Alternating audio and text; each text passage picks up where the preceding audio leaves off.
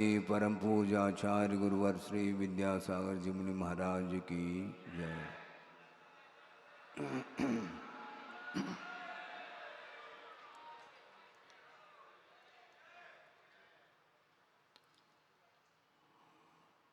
आज उत्तम आर्जव धर्म का यह प्रसंग आप लोगों को प्राप्त हो रहा है। आर्जव का अर्थ होता है सीधा, सीधापन का नाम आर्जव है। कल आपने एक तत्पर सूत्र में एक सूत्र को सुना था कि गति से गत्यंतर जब जीव जाता है उस समय उसकी गति दो प्रकार की होती है, एक वक्र गति और एक ऋजु गति। ऋजु गति का अर्थ सीधी गति होती है, जिसका दूसरा नाम भी है इशु गति। इशु का अर्थ होता बाण। बाण की जो गति होती है वह टेढ़ी मेढ़ी नहीं होती, बिल्कुल सीधी होती है।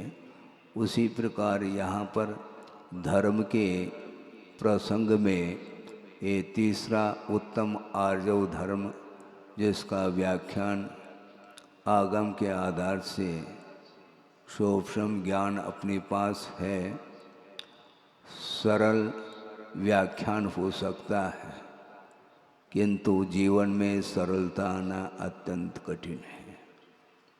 व्याख्यान करने वाले बहुत सारे लोग हो सकते हैं, किंतु अपने जीवन में आर्जव धर्म की आराधना करने वाले विरल ही लोग होते हैं। बहुत कठिन होता है अपने आप को निष्पन्द रखना, बहुत कठिन होता है। वचनों में भी सरलता आ सकती है, कायिक चेष्टा में भी सरलता आ सकती है, किंतु मन में ऋजुता का भाव आना बहुत कठिन होता है। दूसरी बात ये है, यह जो वक्रता आती है मन में, उसके पीछे बहुत बड़ा कारण छुपा हुआ है। वह ये है, जिसके अंदर जितनी आसक्ति है, जिसके अंदर जितना लोभ पल रहा है, वही व्यक्ति कुटिलाई का आश्रय लेता है। पर वस्तु के प्रति किंचित मात्र भी जिसका कोई लगाव नहीं, कोई स्वामित्व नहीं, कोई लोभ नहीं है, उसके जीवन में कुटिलता कैसे आ सकती है?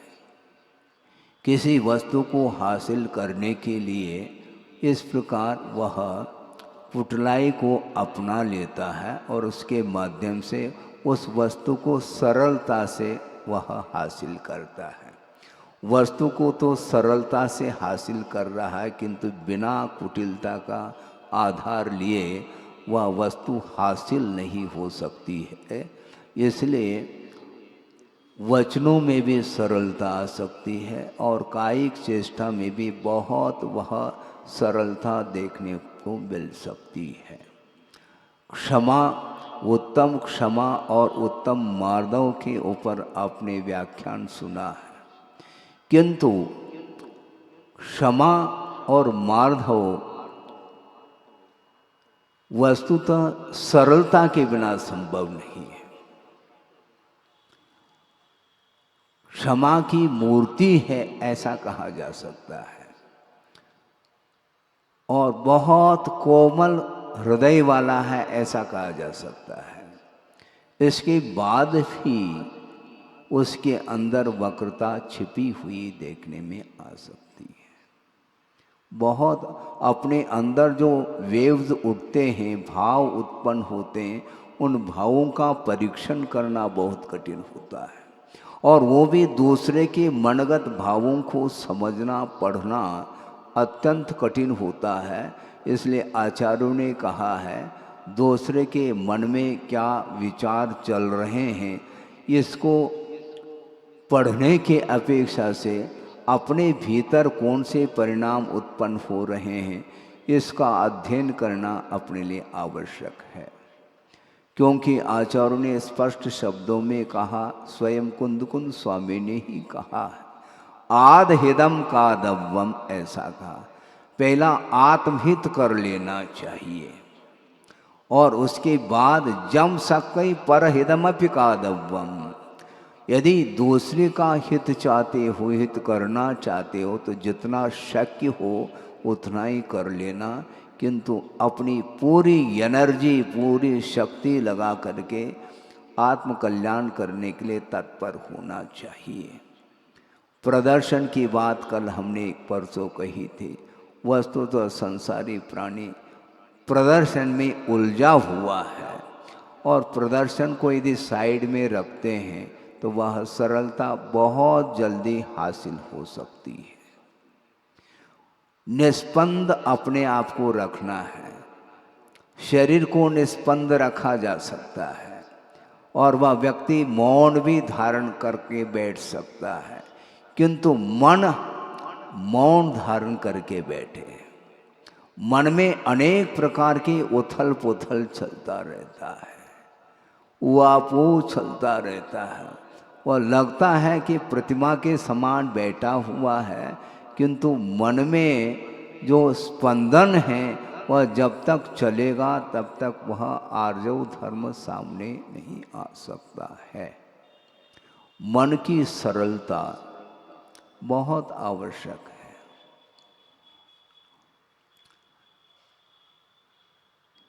ज्ञान में बहुत चंचलता आती है। ज्ञान को निस्पंद बनाने की बात कर रहे हैं आगमकार। ज्ञान हमेशा, बल्कि मैं बार बार इस प्रसंग को आपके सामने इसलिए रखता हूँ कि आत्मगत अनंत गुण हैं जिनके पास जानने की, देखने की, संवेदन करने की कोई क्षमता नहीं, कोई सामर्थ्य नहीं। यदि जानने की, देखने की और संवेदन करने की यदि कोई क्षमता किसी गुण में है तो वह ज्ञान गुण में ही है, और वह ज्ञान गुण ही हमेशा परेशानी का अनुभव करता है। बाकी जितने भी गुण हैं वह शांत है। इसलिए ज्ञान को निस्पंद बनाने की आवश्यकता है, ऐसा आचार्यों का कहना है। दीपक आपने जलाया है और दीपक के माध्यम से प्रकाश भी मिलता है और उष्णता भी मिलती है, किंतु गुरुदेव का बार बार ये कहना रहता है कि वह दीपक यदि निस्पंद है तो पर्याप्त मात्रा में प्रकाश मिल सकता है और उसके अंदर उष्णता भी पर्याप्त पाई जाएगी। वह निस्पंद यदि दीपक जल रहा है, उस दीपक की लौ पर आप हाथ रखेंगे तो रख नहीं पाएंगे आप। बहुत जल्दी वह आपके हाथ को वह दीपक की लौ जला सकती है, किंतु चारों ओर हवा चल रही है तो उसमें वह दीपक की लौ स्पंदित है तो उसमें प्रकाश भी कम मिलेगा और उसके अंदर जलाने की क्षमता भी नहीं रहेगी। इसलिए अपने उपयोग को निस्पंद बनाने की आवश्यकता है। वह ज्ञान स्पंदित क्यों हो रहा है? रागान्वित जो ज्ञान है वही निस्पंद पने का अनुभव नहीं कर सकता, किंतु राग द्वेषादिक भावों से ऊपर उठा हुआ जो वीतराग विज्ञान माना जाता है, उस ज्ञान में ही समस्त कर्मों को दग्ध करने की क्षमता, सामर्थ्य आती है। ज्ञान सबके पास है, किंतु ज्ञान का उपयोग नहीं हो रहा है। द्रव्य आगम जिसको बोलते हैं, अंगों का ज्ञान रह सकता है, पूर्वों का ज्ञान रह सकता है, इसके उपरांत भी उस ज्ञान में एक भी कर्म की निर्जना करने की क्षमता उस ज्ञान के अंदर नहीं आ रही है, क्योंकि सम्यक दर्शन का अभाव है। 11 अंग 9 पूर्व का ज्ञान क्षोभम इतना लंबा चौड़ा हो सकता है, होता है, इसके उपरांत भी एक भी कर्म का संवर वह नहीं कर पा रहा है। आश्रम का निरोध करने की क्षमता उस ज्ञान में संभव नहीं। यहाँ तक कि कहा गया आगम में, वह नवग्रैविक में पहुँचा हुआ जो यहीं का जीव पहुँचा है मनुष्य, और वह जनलिंग को धारण करके वहाँ पर पहुँचा है, वहाँ पर वासना का भी अभाव हो चुका है और शुक्ल लेशा वहाँ पर पाई जाती है। इसके उपरांत भी सागरोपम आयु तक वह मंद कषाय के साथ जीवन व्यतीत करता है। इसके उपरांत भी एक कर्म की भी निर्णय करने की क्षमता उसके ज्ञान में नहीं है, ऐसा कहा है। ऐसा क्यों हो रहा है महाराज? क्यों मत पूछो, ये स्वभाव है, ये माया की तासीर है। ये उस जीव का विकास तो हुआ है किंतु वह उधार हुआ है। वह विकास, वह पापाणबंदी पुण्य के माध्यम से उसका विकास हुआ है, किंतु आर्जव धर्म की आराधना के साथ जो विकास होता है वही विकास सही मायने में विकास माना जाता है। और उसके माध्यम से पुण्याणबंदी पुण्य का अर्जन करता हुआ वह देवगति को प्राप्त करता है, तो वहाँ पर बड़े बड़े पदों को प्राप्त कर लेता है। और वहाँ पर सागरोपम आयु काल व्यतीत होने के उपरांत भी वह सात से पुण्य का जो अर्जन पूर्व भव में किया था, वहाँ पर जा कर के वह पुण्य क्षीण नहीं हो सकता। सागरोपम आयु तक उस पुण्य का उपभोग किया है उस सम्यक दृष्टि जीव ने। इसके उपरांत भी वह पुण्य स्टॉक में भरा हुआ है, अभी बहुत है। और वहाँ से उतर करके वह चक्रवर्ती भी बन सकता है और तीर्थंकर भी बन सकता है और विश्व का कल्याण कर सकता है। ये विकास जो हुआ है ये पुण्याणबंदी पुण्य का ये परिणाम है। पापाणबंदी पुण्य वह अलग विषय है, वह कभी भी मोक्ष तक ले जाने में वह सहायक सिद्ध नहीं हो सकता, क्योंकि एक प्रकार से वह जो पुण्य का अर्जन उसने किया है वह लोभ का अभाव नहीं था उसके अंदर, आसक्ति अत्यधिक मात्रा में थी और उसने उस प्रकार की तरकीब अपनाई कि उसने सोचा कि मेरे पास खाने पीने के लिए कुछ भी नहीं है और इच्छा तो बहुत है। तो आगम में ये बात सुनने को मिलती है, त्याग के माध्यम से विकास होता है, ऐसा सुना है। तो वह सोचता है मेरे पास है ही कितनी संपदा है, इस सब संपदा को हम छोड़ दें और तप को अंगीकार कर लें, उसके माध्यम से हम कहाँ पर पहुँचना है। उसके दृष्टि में मोक्ष नहीं है बंधुओं, ये ध्यान रखो। उसके दृष्टि में मोक्ष कोई वस्तु ही नहीं है। सात तत्वों का वह व्याख्यान कर सकता है किंतु सात तत्व के ऊपर श्रद्धान वह नहीं कर पाएगा और श्रद्धान के बिना मोक्ष मार्ग चलता ही नहीं है।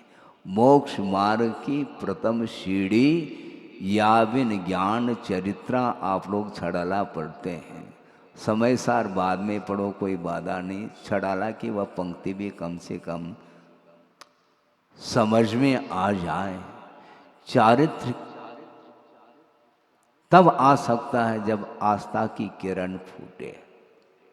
बिना आस्था के जो आचरण है उस आचरण का कोई भी परिणाम नहीं निकल सकता, क्योंकि संसारी प्राणी बहुत कुछ साधना कर सकता है, कर लेता है, किंतु उसके अंदर सरलता नहीं आती। क्यों?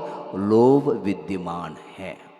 जिसके अंदर लोभ विद्यमान है और अत्यासक्ति है, आशा बहुत लंबी चौड़ी है उसके अंदर, तो ऐसी स्थिति में उसके भीतर आर्जव धर्म कहाँ से आ सकता है। आर्जव धर्म की आराधना करने के लिए बहुत समीचीन धर्म की आराधना करो। ओसई ओसई नहीं। आप समझ रहे हैं? ओसई ओसई का अर्थ क्या होता है? ऊपर ही ऊपर आराधना चलती है, भीतर से आराधना होनी चाहिए। और भीतर से आराधना का अर्थ इतना ही अर्थ निकलता है कि इस तप के माध्यम से, इस आराधना के माध्यम से मुझे और कुछ भी प्राप्त नहीं करना। अनंत काल से इस संसार में संसारी प्राणी परिभ्रमण कर रहा है। अब मुझे परिभ्रमण नहीं करना, किंतु यात्रा करनी है। और मोक्ष की जो यात्रा होती है वह परिभ्रमण नहीं, किंतु सीधी यात्रा होती है। ऋजु गति के माध्यम से एक समय में वह सिद्ध परमात्मा लोक के अग्रभाग पर जाकर के विराजमान होती है वह आत्मा। आपके पास भी आत्म तत्व है, और किंतु परमात्मा के रूप में वह परिणत नहीं है। उस आत्म तत्व को परमात्मा के रूप में परिणत कराने के लिए सरलता की बड़ी आवश्यकता होती है। तो जिस प्रकार निस्पंद दीपक की लौ विशेष रूप से प्रकाश देने की क्षमता उसके अंदर है, और उसके अंदर उष्णता भी पर्याप्त है, उसी प्रकार ज्ञान को निस्पंद बनाने के लिए बार बार पुरुषार्थ हमें करना है। ज्ञानावरणी कर्म का पर्याप्त मात्रा में क्षोभशम होने के उपरांत भी उसकी आसक्ति समाप्त नहीं होती है। जब तक अंतर्दृष्टि नहीं होगी तब तक आर्जव धर्म संभव नहीं है, ऐसा कहा जा रहा है। बकवृत्तिम समालंब्य वंचकई वंचितम जगत, कौटिल्य कुशलई पाप प्रसन्नई कश्मलाशयई। इस प्रकार आगमकारों ने स्पष्ट लिखा है। बकवृत्तिम समालंब्य, बक जानते हैं आप, बक पक्षी, बगुला, वह भीतर से क्या है समझ में आएगा। बाहर से तो उसकी शुक्ल लेशा है, द्रव्य लेशा, भाव लेशा नहीं, ये ध्यान रखो। वह बगुला बहुत सफ़ेद झक दिख रहा है, शुक्ल वर्ण है, किंतु भीतर में शुक्लता हो तो फिर कहना ही क्या, संभव नहीं है। कौवा तो बाहर और भीतर दोनों दृष्टि से उसके अंदर कालिमा है। द्रव्य लेशार्थात उसका शारीरिक वर्ण भी कृष्ण, और भीतर जो भाव है उसकी, वो भाव भी कृष्णता को लिए हुए हैं। किंतु बगुला की स्थिति एक अलग ही निराली उसकी वृत्ति है। बाहर तो वह सफ़ेद वर्ण को लेकर के दिख रहा है, किंतु उसके अंदर जो बैठी हुई जो भाव है, वो भाव तो देखो क्या, एक टांग से वह खड़ा है, निस्पंद है उसके पैर, और श्वास भी शायद बहुत धीमी धीमी वह ले रहा है वह पक्षी, ताकि किसी भी प्रकार के स्पंदन के माध्यम से व्यवधान उपस्थित हो सकता है। उसका उद्देश्य क्या है? वह पानी के भीतर गया है, किनारे भीतर तो जा नहीं सकता ज़्यादा, और किनारे पर वह खड़ा है और एकदम निस्पंद खड़ा है, और जो ही मछली आ जाए तो फिर देख लेना क्या स्थिति बनती है। एक ही क्षण में लेकर के वह उड़ जाएगा। देखने में तो यह आ रहा है कि बहुत सरल है, किंतु वह बाहरी वृत्ति है। भीतरी जो वृत्ति है वह इतनी कुटिल वृत्ति है, उसको समझना ही बहुत कठिन हो जाता। इसी प्रकार पूरा जगत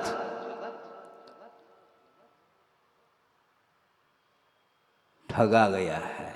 किसके द्वारा?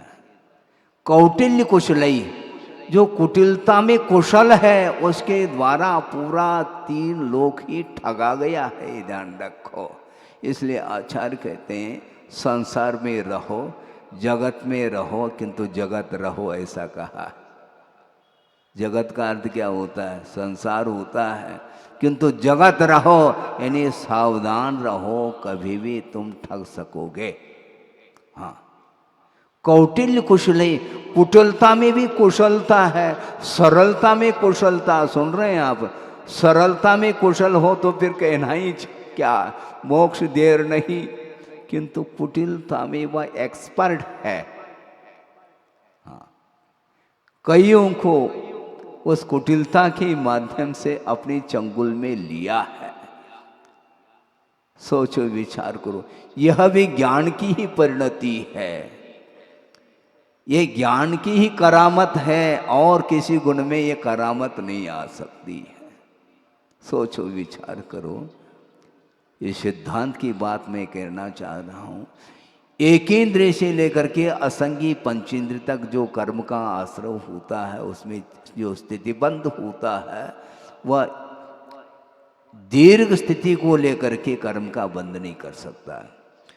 एक इंद्रिय जीव है, वह मिथ्यात्व कर्म का आश्रय करता है तो एक सागर की स्थिति पड़ती है। द्विंद्रिय यदि बंद करता है तो 25 सागर की स्थिति पड़ रही है। तीन इंद्रिय यदि बंद कर रहा है तो 50 सागर की स्थिति पड़ रही है। चौरेंद्रिय यदि मिथ्यात्व कर्म का आश्रय कर रहा है तो 50 सागर की स्थिति पड़ रही है। और असंगी पंचेंद्रिय यदि कर्म का मिथ्यात्व का आश्रय कर रहा है तो उसमें 1000 सागर की स्थिति पड़ती है। किंतु संगी पंचेंद्रिय यदि पर्याप्तक जीव है, वह यदि मिथ्यात्व कर्म का आश्रय करता है तो उसकी स्थिति कितनी पड़ती है? 70 कोड़ा कोड़ी की स्थिति पड़ती है। ध्यान रखो बंधुओं, तो ये मन की करामत है। संगी होकर के उस ज्ञान के माध्यम से वह उसका मन यदि धार्मिक क्षेत्र में काम करता तो वह मोक्ष को प्राप्त कर लेता। किंतु उस मन के माध्यम से ऐसी तीव्र संक्लेश परिणाम कर लेता जिसके कारण वह 70 कोड़ा कोड़ी की स्थिति बंद कर लेता है। सप्ततिर्मोहनीयस्य, मोहनी कर्म की उत्कृष्ट स्थिति 70 कोड़ा कोड़ी स्थिति है। सागर है, ये ध्यान रखो, जबलपुर नहीं। सागर का अर्थ क्या होता है? वह सागर नहीं, आगम में जो लिखा है वह एक काल को नापने का एकमात्र साधन है, जिसको धीरे धीरे आगे बढ़ते बढ़ते पल इत्यादि को पार करके सागर एक काल को नापने का एकमात्र पैमाना है।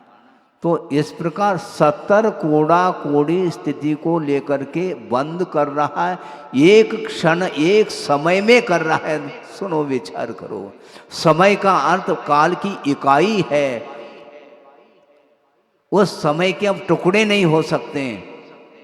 एक जो आँख की जो पलक है उसको एक बार झपकने में जो समय लगता है उसमें असंख्यात समय गुजर गए होते हैं, ये ध्यान रखो। तो ऐसी स्थिति में एक समय में 70 कोड़ा कोड़ी स्थिति को लेकर के वह मिथ्यात्व कर्म का बंद करता, तीव्र संक्लेश परिणाम का ये परिणाम निकल रहा है। और इस प्रकार यदि मान लो अंतर्मोड़ तक वह निरंतर बंद करता है तो मिथ्यात्व की परंपरा कभी टूटेगी क्या? नहीं टूटती है। केवल एक समय में इस प्रकार के तीव्र परिणाम उसने कर लिए हैं।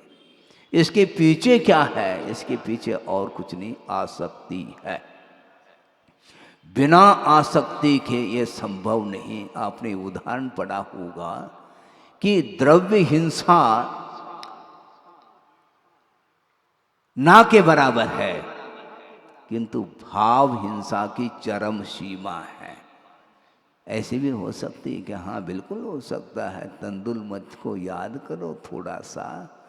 स्वयंभू रमन जो समुद्र है उसमें राघव मच्छ और तंदुल मच्छ रहते हैं। वहाँ पर राघव मच्छ के बारे में बहुत, उसकी काया के बारे में भी वर्णन किया है। 1000 योजन प्रमाण लंबाई है उसके शरीर की लंबाई, और 500 योजन चौड़ाई है, और 250 योजन उसकी मोटाई है। इस प्रकार एक विशाल काय वाला वह राघव मच्छ है, और उसके कान में एक तंदुल मच्छ बैठा है। तंदुल का अर्थ कोई अक्षत नहीं लेना, किंतु वह रागो मच की तुलना में उसकी जो शरीर की अवगाना है वह बहुत छोटी अवगाना है, और उसके कान में रह करके वह विचार कर रहा है, क्योंकि वो भी संज्ञेय, ध्यान रखो। वह क्या विचार करता है, क्योंकि रागोमच जो है ना वह स्वयंभू रमन समुद्र के बीच में वह गहरी निद्रा में है और मुख फाड़ करके वह नींद ले रहा है मच्छ, और तंदुल मच्छ सोच रहा है ये रागो मच्छ पागल है, ये मूर्ख है, इसको बुद्धि नहीं। मैं इसके स्थान पर होता तो एक भी मछली को नहीं छोड़ता, क्योंकि वो मुख फाड़ करके नींद ले रहा है और उस मुख में छोटी बड़ी मछली आर पार हो रही, जा रही, आ रही है, किंतु उस मुख को वह बंद नहीं कर पा रहा है, नहीं कर रहा है। तो वह तंदुल मच्छ बेटा बेटा सोच रहा है। वो बेटा है? क्या सोचता है, इसके स्थान पर मैं होता तो एक भी मछली को नहीं छोड़ता। इस प्रकार परिणाम होना पर्याप्त है, और वह सप्तम पृथ्वी का बंद करता है। सोचो, विचार करो, इसको बोलते हैं आसक्ति। आसक्ति के कारण ही संसारी प्राणी का पतन हो रहा है। इसलिए मन की विचित्रता तो देखो, वह बक पक्षी जो है ना वह बिल्कुल एक टांग पर खड़ा तो है, वह निष्पंद है, किंतु भीतर उसकी वृत्ति निष्पंद नहीं, निरंतर इसी सुराख में है। उसके अंदर जो है ना भाव निकृष्ट भाव है, आपको दिखाई दे रहा है वह बहुत सरल है, किंतु बाहर से वह सरल दिखने में आ रहा है, भीतर उसकी कुटिलाई किसी को देखने में नहीं आ सकती है। इसलिए एक उसको क्या बोलते हैं आप लोग, कहावत समझ लो, हिंदी का नहीं है, मराठी का है। ऐकावे जनाचे करावे मनाचे। आप सुन रहे हैं? ऐकावे अर्थात सुनना चाहिए। क्या सुनना चाहिए? ऐकावे जनाचे, लोगों की बात मात्र सुन लेनी चाहिए, किंतु करावे मनाचे, अपने मन के अनुरूप ही करना चाहिए। ये कहावत हमने पढ़ी थी और हमने इसके ऊपर बहुत चिंतन किया। ये तो ठीक है, ये लौकिक क्षेत्र में काम में आ रही कहावत, किंतु इसके बाद हमने एक दो लाइन और जोड़ा है, वह हमारे लिए उपयुक्त है। पहले तो ये लोकोक्ति है कि ऐकावे जनाचे करावे मनाचे, किंतु हम ये कहना चाहते हैं ऐकावे मनाचे, मन की बात सुन लेनी चाहिए, और करावे जनाचे, जिनेंद्र भगवान ने जो कहा है उसको उसी को करना चाहिए। हम दुनिया में रहने वाले हम लोग हैं जो लोगों की बातों में आकर के हम अपने जीवन को समाप्त करते हैं। लोगों की बातों में नहीं आना, ये ध्यान रखो। विश्वास करना बहुत कठिन है, क्योंकि संसारी प्राणी विश्वास दिलाता है, किंतु आचार्य कहते हैं विश्वास क्यों दिलाते हो, मत दिलाओ विश्वास, लौट आता व्यवहार से। व्यवहार यदि परिवर्तित है तो विश्वास लौटेगा।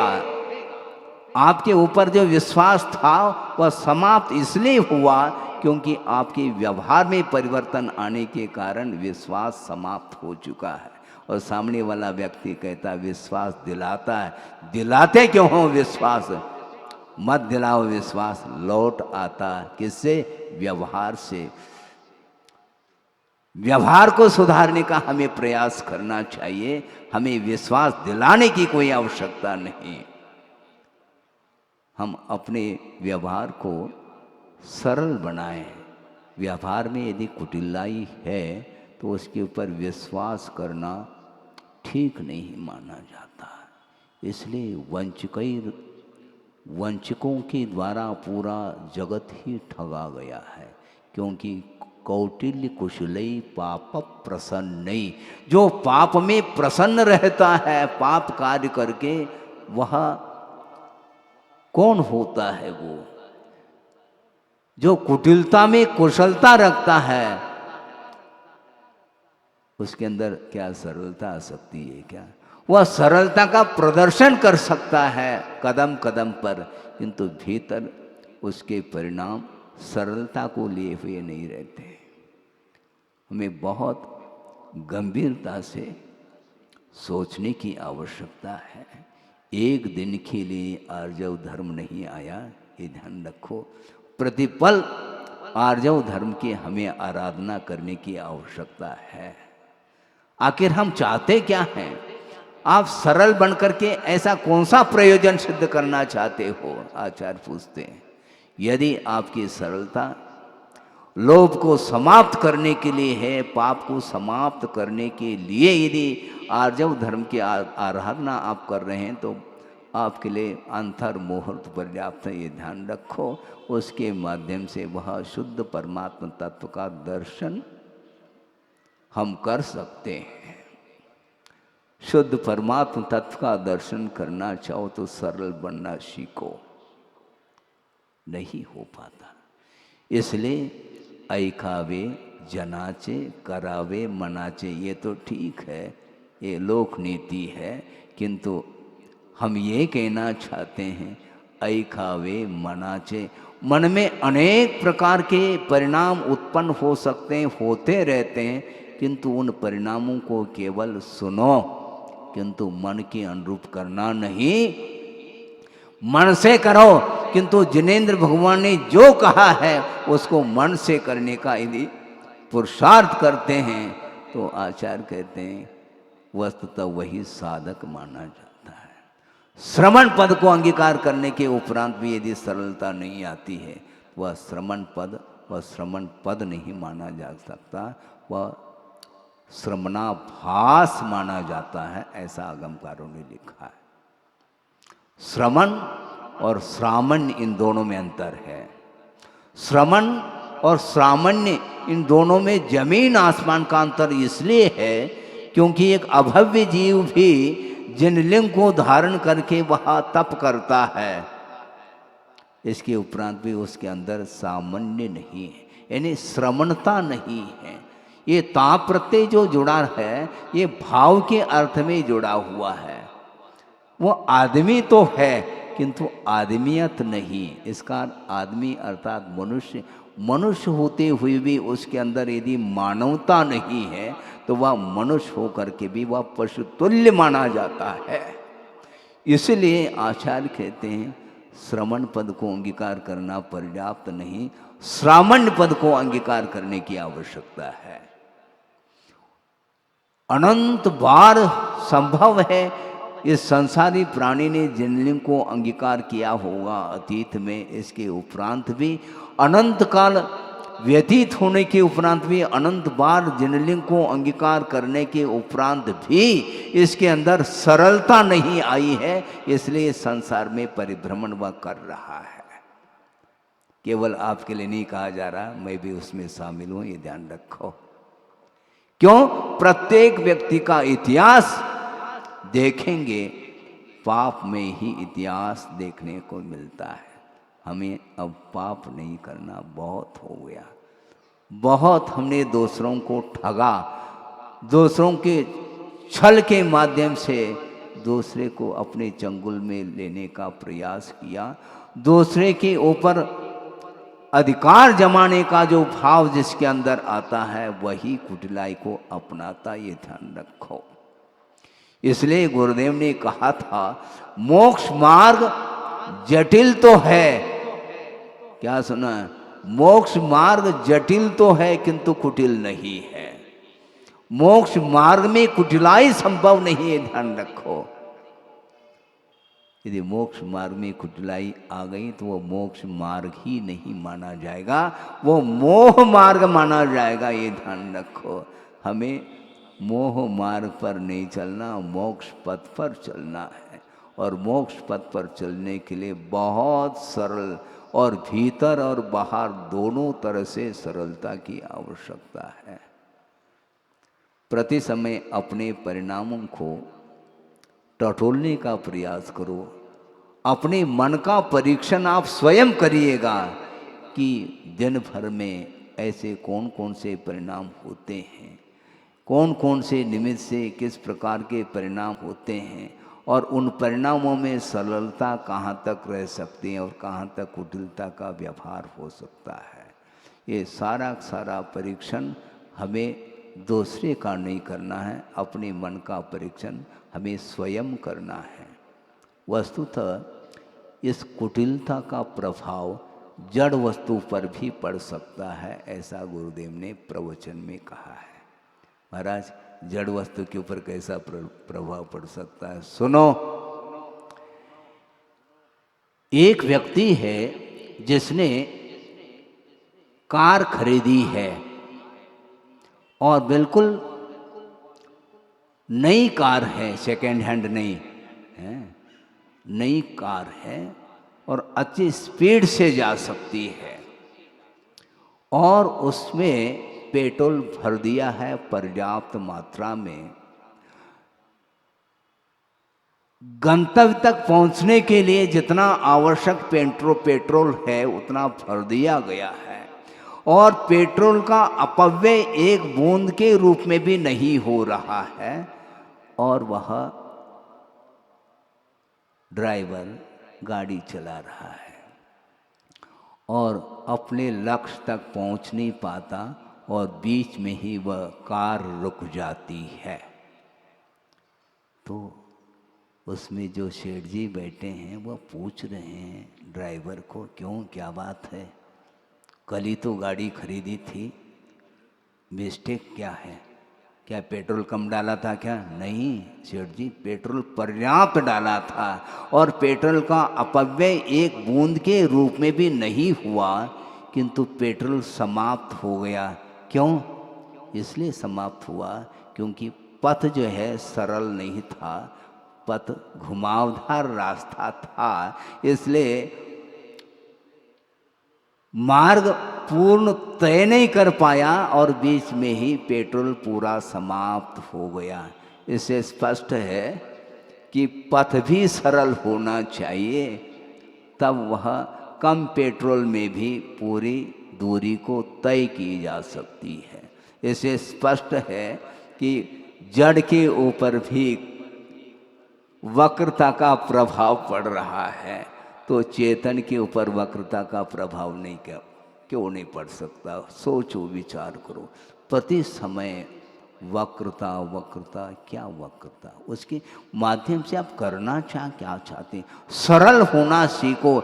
यदि सीखना है तो नवजात जो शिशु है उससे सीख सकते हो, उसके अंदर कोई विकृति नहीं है, ध्यान रखो। उसका स्लेट कोरा है, और बड़े होने के उपरांत से स्लेट कोरा नहीं रहता, भरा हुआ रहता है, और जो भरा हुआ स्लेट है उसको, उसके ऊपर हम लिख नहीं पाएंगे। जब तक स्लेट कोरा नहीं रहेगा तो कहाँ क्या लिख पाएंगे? तो यथाजात जो शिशु है वह बिल्कुल सरल है। जो भीतर भाव है वह बाहर, भीतर बाहर एक है, वो उसमें कोई अंतर नहीं है। भरे सभा में मान लो वह बालक बैठा है परिवार के बीच में और बोलता है मुझे भूख लगी है, संकोच है क्या उसको? संकोच नहीं। जो भीतर भाव है वह व्यक्त कर रहा है। और मान लो आपको यदि भूख लगी है तो आप नहीं बोलेंगे, क्योंकि लोग क्या कहेंगे, ये भूत बैठा है? क्योंकि हम सभ्य कहलाते हैं, और बहाने करके, किसी भी बहाने से, किसी भी निमित्त को लेकर के वो बाहर चला जाएगा और खा पी करके पुनः सभा में बैठ जाएगा। इसको बोलते हैं कुटिलाई। इसमें वक्रता है, और उसको उसके अंदर किसने सिखाया? किसी ने सिखाया नहीं, क्योंकि वह यथाजात उसी को, यथाजात जैसा उत्पन्न हुआ है उसी प्रकार उसकी प्रवृत्ति, जब तक वह बड़ा नहीं होता तब तक उसके अंदर सरलता रहती है। और जो धीरे धीरे यदि मान लो वह बड़ा हो जाता है, फिर देख लो फिर उसके अंदर कैसी कुटिलता आती है और वह कुटिलता में कुशल होता चला जाता है। इसको बोलते हैं द्रव्य क्षेत्रादि के निमित्त को लेकर के कर्म अपना फल देता ही रहता है। इसलिए अपने को सरल बनना चाहिए, कुटिलता को छोड़ो, क्योंकि जिसके अंदर लोभ पलता है वही व्यक्ति सरल नहीं बन सकता। क्योंकि सरलता से सीधा सीधा यदि हम मांगेंगे कौन देने वाला है। कुटिलाई अपनाएंगे तो अपने आप ही वह वस्तु हासिल होगी। इस प्रकार उसके अंदर परिणाम रहते हैं। इन परिणामों को हमें समय रहते वक्र परिणामों को समाप्त करके अपने परिणामों को सरल बनाने का पुरुषार्थ करना चाहिए। एक प्रसंग आपके सामने और दे रहा हूँ कि आदमी के अंदर छल कपट की जो वृत्ति है वह पशु से भी अधिक है, ऐसा किसी लेखक ने कहा है। क्या कहा? आदमी के अंदर जो छल कपट की वृत्ति है वह पशु से भी अत्यधिक मात्रा में होती है। एक उदाहरण है आपके सामने, आप ध्यान से सुनेंगे। एक व्यक्ति है, वह किसी निमित्त को लेकर के जा रहा है और बीच में जंगल, और वह जा रहा अकेला एकाकी है और जंगल पार करना है और इस बीच में ही एक शेर दिखाई पड़ रहा है। आप ध्यान से सुनेंगे, छोटा सा उदाहरण है लेकिन इसमें आदमी और पशु में कितना अंतर है ये आपको दिखाई पड़ सकता है। और वह जा रहा है, इस बीच में ही एक शेर दिखाई पड़ रहा है, तो वह आदमी भयभीत हो जाता है। तत्काल वह पेड़ पर चढ़ जाता है, किंतु वहाँ क्या दिखाई पड़ रहा? वहाँ पर पेड़ पर एक रीछ बैठा हुआ। सुन रहे हैं आप? सामने से शेर आ रहा है। शेर के भय के कारण वह पेड़ पर चढ़ गया और वहाँ पर एक रीछ बैठा हुआ है। वो सोचता, अरे ये कितना तीव्र कर्म का, पाप कर्म का उदय है।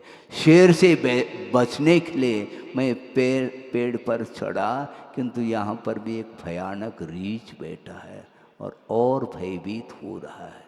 किंतु एक सेकंड नहीं लगा, उसका भय दूर हुआ। क्यों? क्योंकि रीछ भी भयभीत है शेर से, वह रीछ भी विपत्ति में है, वह भी आपत्ति से घिरा हुआ है। इस प्रकार उस आदमी ने देखा तो उसका भय भी दूर हो गया। अब एक के दो हो गए, पेड़ पर रीछ भी बैठा है एक ही टहनी पर, और उसी टहनी पर वह आदमी, वह व्यक्ति भी बैठा है, और वह शेर आकर के पेड़ के नीचे बैठा हुआ है। अब सोचो, ये एक रूपक है, वस्तुतः ये ओरिजिनल कोई भी कहानी नहीं है, किंतु बच्चों की कहानी ऐसी होती है। बच्चों को सुनाने के लिए कहानी की आवश्यकता पड़ती है।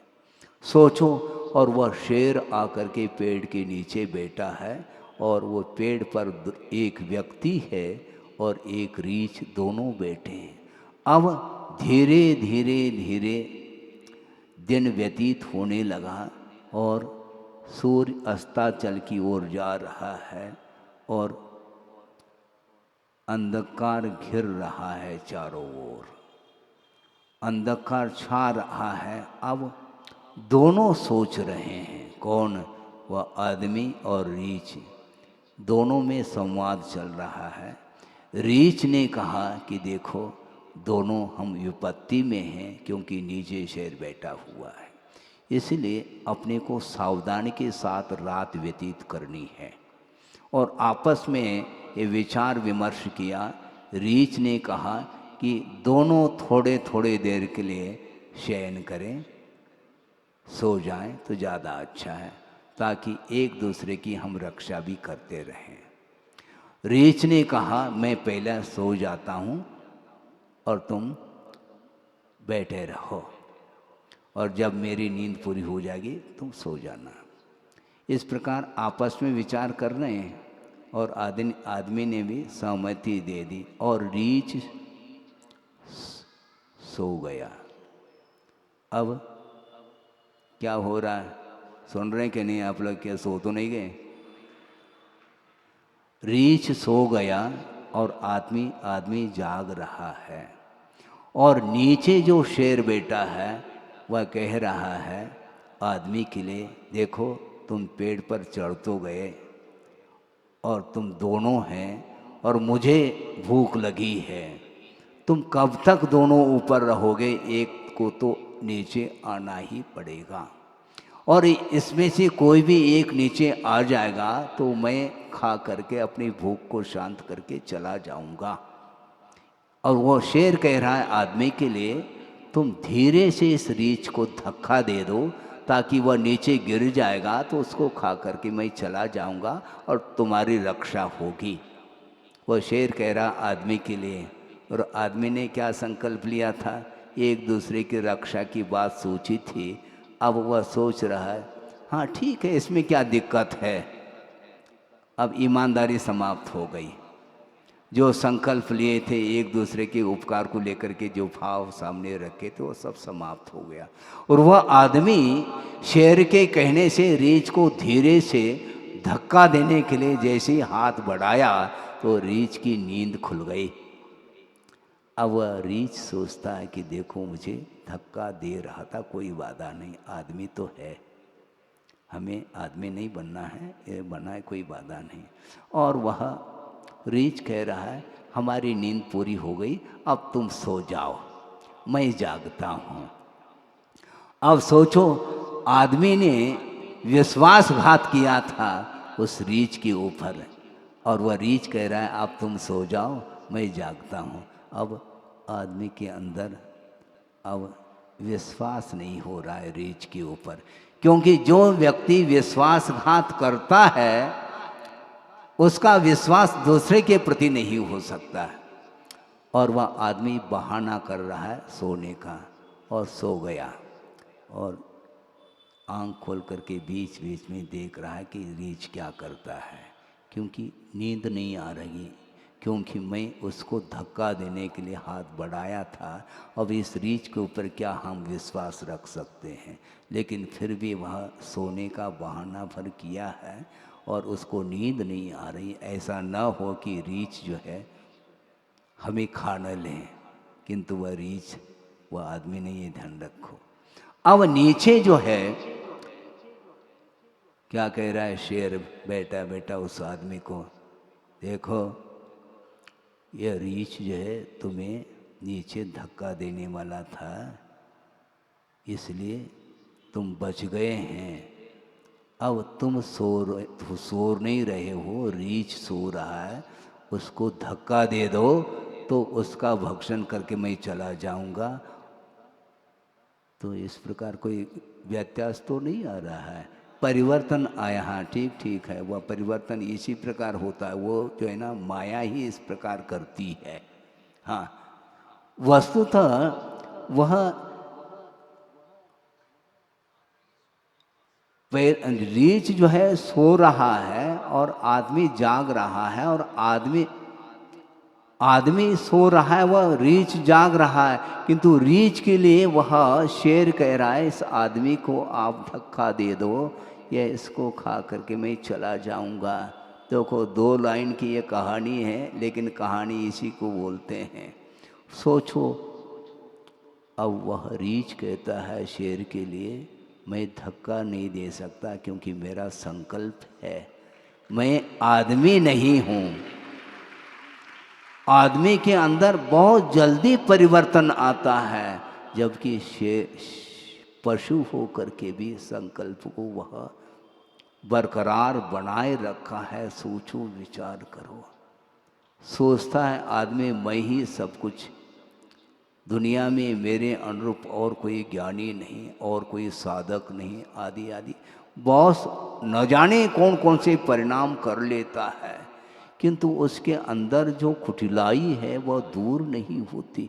ये ध्यान रखो, सिद्धांत से समझ लो, कहानी तो कहानी है, नहीं समझे, किंतु सिद्धांत से सोचेंगे तो सप्तम पृथ्वी का जो बंद करता है वह एक अपवाद है पशुओं के लिए, एक राघव मच और तंदुल मच के लिए। किंतु तंदुल मच और राघव मच को छोड़ करके और कोई भी पशु नहीं है जो सप्तम पृथ्वी का बंद कर सके। फिर कौन करता है?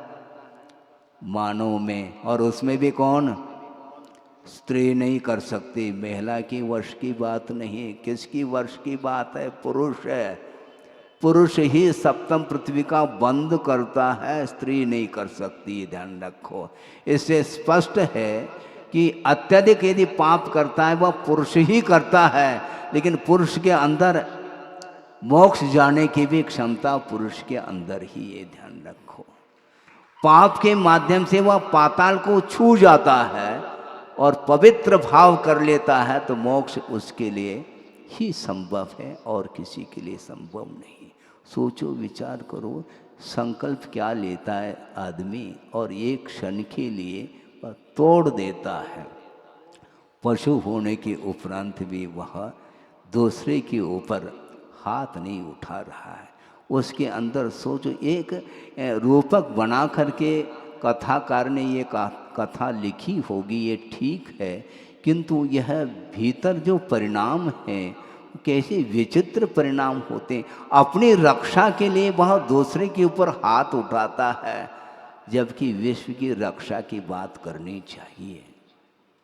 परोपकार की भाव रखने वाला व्यक्ति ही वह अपनी आत्मा का कल्याण कर सकता है। दूसरे के ऊपर उपकार करो। आचार्य महाराज बार बार कहते हैं, दूसरे के लिए रोना ये आर्ध्यान है। समझ रहे हैं आप?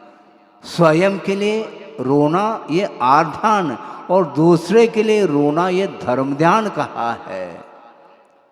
हम स्वयं के लिए तो रोते फिरते हैं, भगवान के सामने भी हाथ जोड़ कर के रोते हैं, लेकिन भगवान देखते नहीं आपकी तरफ। क्यों?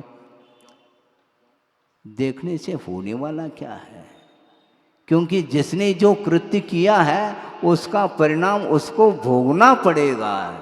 तुम हाथ क्यों जोड़ते हो भगवान के सामने? अभी हाथ जोड़ने का भाव जागृत हो रहा है, किंतु पहले क्या किया था?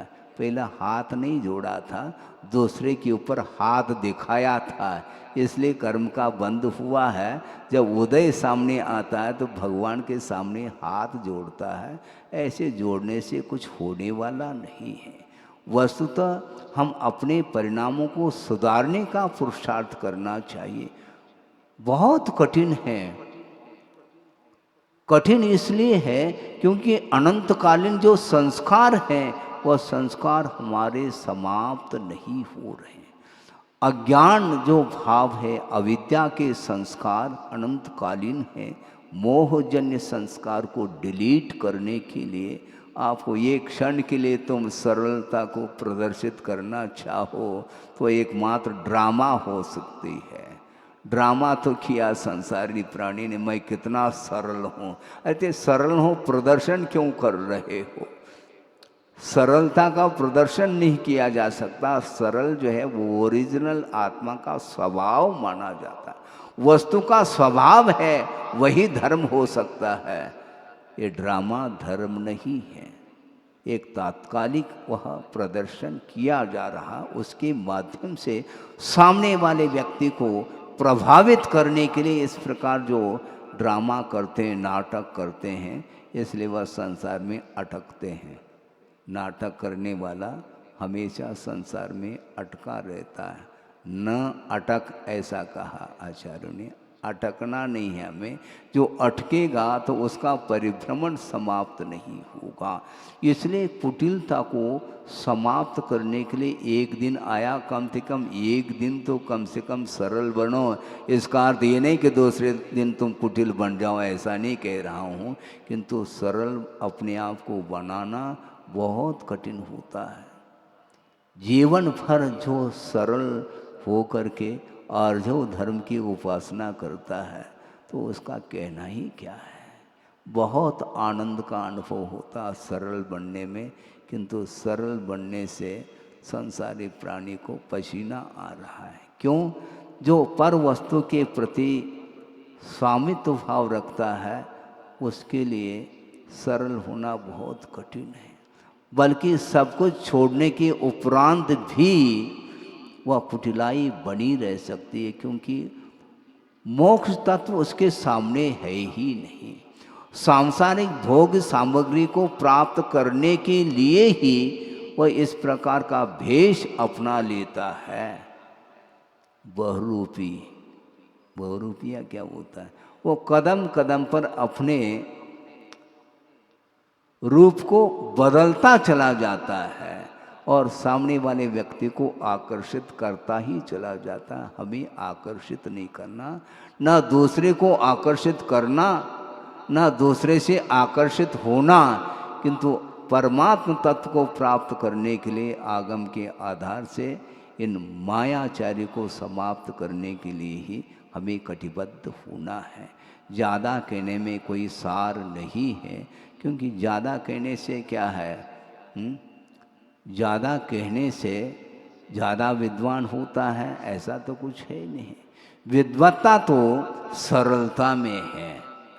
हाँ, विद्वत्ता सरलता में है। व्याख्यान देने में विद्वत्ता नहीं, किंतु व्याख्यान देते देते अनंतकाल व्यतीत हुए हैं, अभी भी सरलता अपने जीवन में यदि नहीं आई है तो उस व्याख्यान से क्या प्रयोजन सिद्ध होने वाला? नहीं हो सकता है। एक छोटा सा और प्रसंग दे करके इस विषय को पूर्ण कर रहा हूँ कि वस्तुतः सरलता की कोई सीमा है ही नहीं, किंतु वक्रता की चरम सीमा दिखाई देती है। एक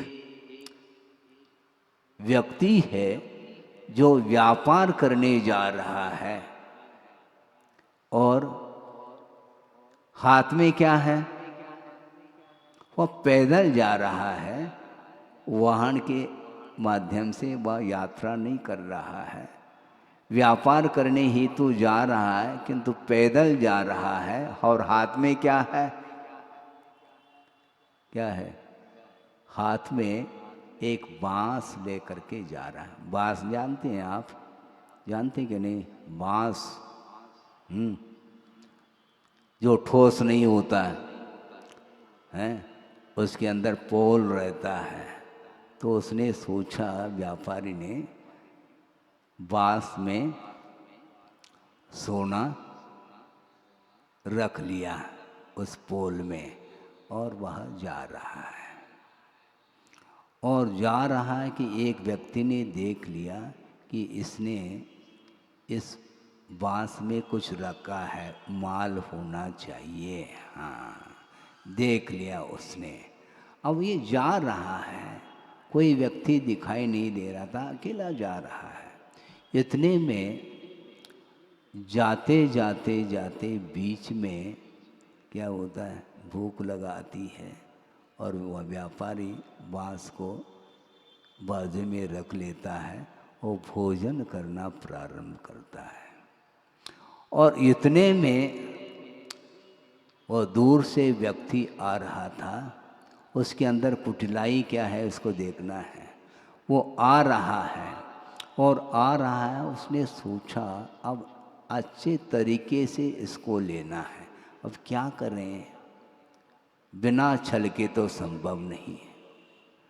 और उसने सोचा वो आ रहा है, आ रहा है, और आते ही उस व्यापारी ने कहा कि भोजन तो कर लो, मैं भोजन कर रहा हूँ। हाँ, भोजन तो मैं बाद में करूँगा। और वापस चला गया वो। क्यों चला गया? अब सोचो क्या।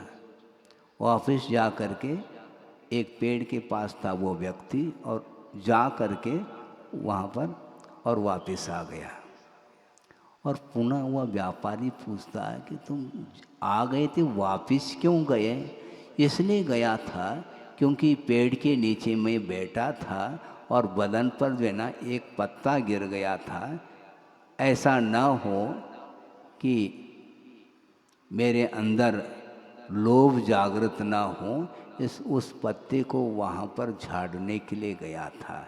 ये प्रदर्शन कर रहा है कि मैं कितना सरल हूँ, क्योंकि पर वस्तु के प्रति मेरी दृष्टि नहीं है।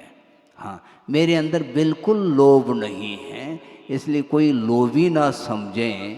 तो इसलिए उस पत्ते को भी वहाँ पर जहाँ से मैं आया था वहीं पर झाड़ करके मैं आया हूँ। अच्छा, कोई बात नहीं, इतने सरल व्यक्ति, इतने निर्मल परिणाम वाले हमने किसी व्यक्ति को नहीं देखा था। कोई बात नहीं, आप बैठिए तो सही, आप भोजन करिए। और वह भोजन करने के लिए बैठ गया और थोड़ा सा एक आध ग्रास लिया और उसके बाँस को लेकर के फरार हो गया। अब सोच लिया आपने, उसके अंदर जो कुटलाई थी, क्या प्रदर्शन किया था उसने। मेरे अंदर कितनी सरलता है, मेरे अंदर कोई भी आसक्ति नहीं, पर वस्तु के प्रति मेरा कोई भी स्वामित्व नहीं, इस प्रकार प्रदर्शित किया था। और उस बास को लेकर के वो फरार हो गया। और होता क्या है, एक श्वान कुत्ता आ रहा है और उसको भगाने के लिए ही वह फरार हुआ था। ये प्रदर्शन करना था कि वह कुत्ता आ रहा है, ऐसा न हो कि व्यवधान न हो जाए भोजन में, और उसको लेकर के उसको भगाने की दृष्टि से वह दौड़ लगा रहा था। और इस आदमी को समझ में आ गया वापस तो आ जाएगा, क्योंकि कुत्ते को भगाने के लिए गया है, इतना सरल व्यक्ति कहाँ जा सकता है, वापस आ जाएगा। किंतु वो वापस नहीं आया। वो कुत्ते तो वापस आ गए, किंतु वह गया तो गया और उसके अंदर वह सोने का, वह बिस्किट खाने के नहीं, सोने के बिस्किट्स थे उसमें, और चला गया। इसको बोलते हैं प्रदर्शन। हम दिखाते हैं अपने आप को, सरलता का प्रदर्शन करते हैं। हम अपने अंदर कोई भी कुठिलाई नहीं, कोई वक्रता नहीं, बहुत यथाजात जैसे शिशु के समान हो, इस प्रकार वह प्रदर्शित करता है। किंतु अपने अंदर जो भाव भीतर भरे हुए हैं, वो ये प्रदर्शन के लिए भी उसके अंदर, हमने कहा था ना, लोभ के बिना इस प्रकार कुटिलता संभव नहीं है। जिसके अंदर लोभ नहीं, किसी वस्तु के प्रति कोई आसक्ति नहीं है, वह व्यक्ति किस प्रकार वक्रता का व्यवहार कैसा कर सकता है, नहीं कर सकता। इस प्रकार के बहुत सारे प्रसंग आप पढ़ सकते हैं, सुन सकते हैं। सार इतना ही है कि वस्तुतः पर वस्तु के प्रति आकर्षण होने के कारण ही इस प्रकार के क्रोधादि कषायों का वह आधार लेकर के अपने प्रयोजन को शुद्ध करता रहता संसारी प्राणी। इसलिए आचार्यों ने कहा है कि वस्तुतः संसार के स्वरूप के बारे में समझने की आवश्यकता है, उसके बिना हमारी रक्षा नहीं हो सकती। आत्मरक्षा यदि करना चाहो तो संसार के स्वरूप के बारे में सोचो, समझो और सतर्क हो करके सावधानी के साथ अपने जीवन को उज्जवल बनाने का जो पुरुषार्थ करता है, वही व्यक्ति आर्जव धर्म की उपासना कर सकता है। आर्जव धर्म की उपासना करने के लिए पर वस्तु का परित्याग करना है। आज त्याग धर्म नहीं है, किंतु अलर्ट तो करना पड़ेगा, कम से कम सावधान रखो, त्याग धर्म भी आने वाला है। लेकिन ये ध्यान रखना, कोई जोर जबरदस्ती नहीं करेगा त्याग करने के लिए, किंतु त्याग करने की भावना स्वतः अंत प्रेरणा से ही त्याग का भाव जागृत होता है। इसलिए पर वस्तु का यदि पूर्णतः त्याग हो जाएगा तो वस्तुतः वह आर्जव धर्म और पुष्ट होता चला जाता है। इस प्रकार उस आर्जव धर्म की आराधना करने के लिए ये हमें आगम भी पढ़ने को मिल रहा है। गुरुओं के माध्यम से भी उपदेश कई बार सुन लिए हैं, और उस उपदेश को आत्मसात करते हुए यदि हम अपने जीवन को व्यतीत करेंगे तो निश्चित रूप से सरलता पूर्ण रूप से आएगी। जिस सरलता के माध्यम से हमारी जो गति होगी वह पंचम गति होगी, जिसको मोक्ष बोलते हैं। मोक्ष जानने की मोक्ष प्राप्त करने की उत्कंठा जिसके अंदर है वह निश्चित रूप से वक्रता को समाप्त करके आर्य धर्म की आराधना करना प्रारंभ कर सकता है। सब लोग मिल करके आर्य धर्म की आराधना करने का हमें पुरुषार्थ करना चाहिए। अहिंसा परमो धर्म की जय। बोधि समाधि परिणाम शुद्धि स्वात्मोपलब्धि शिव सौख्य सिद्धि चिंतामणिम चिंतित वस्तुदाने त्वामंद मानस्य ममास्तुति। परम पूजा आचार्य गुरुवर श्री विद्यासागर जी मुनि महाराज की जल परम पूजा आचार्य गुरुवर चंदन फूल चरु चत दीप धूप अति फल ला